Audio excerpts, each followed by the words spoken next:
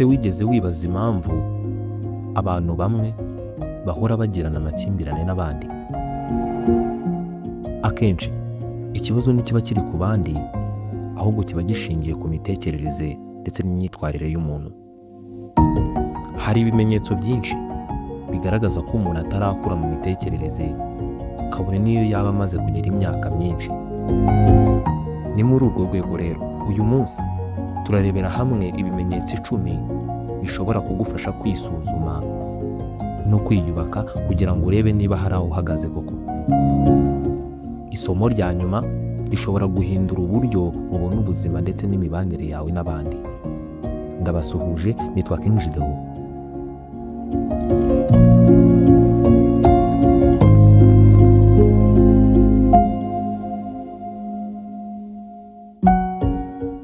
Abantu batazi kuvugana neza batekereza ko buri kiganiro ari impaka. Abantu batazi gutega amatwi bumva buri jambo ari ukubanenga cyangwa se ari ukubacyaha. Abantu batabasha kugenzura amarangamutima yabo batekereza ko kwiyumvamo ikintu bibaha uburenganzira bwo gukora ibindi bahubutse. Abantu batigeze bakora ku iterambere ryabo bwite bahora batekereza ko ikibazo kiri ku bandi aho kwireba bo ubwabo. Abantu batazi kubaho bonyine bibwira ko umuntu wese ubegereye abakunda. Abantu batiga kugenzura ibitekerezo byabo, amaherezo ibitekerezo byabo nibyo bibayobora. Abantu batubaka icyizere cyabo batekereza ko agaciro kabo gashingiye ku kuba abandi bantu babemera se cyangwa babashima. Abantu batabasha kwigenzura, ijambo cyangwa igikorwa cy'undi muntu gihita kibahungabanya mu kanya gato cyane.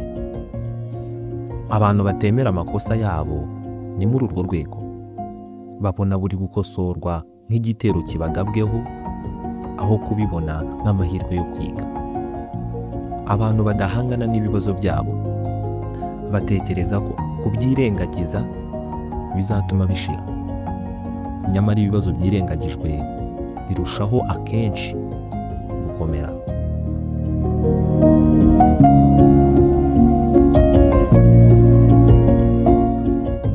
Ubuzima ntibuhinduka gusa kubera ibyo twifuza, oya, ahubwo buhinduka iyo twemeye kwihindura twebwe ubwacu.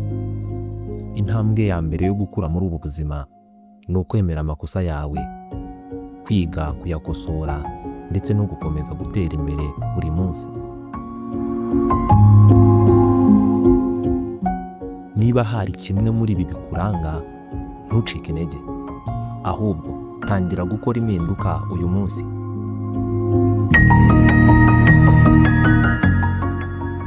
Niba utadukurikira ushobora kutazongera kutubona ukundi.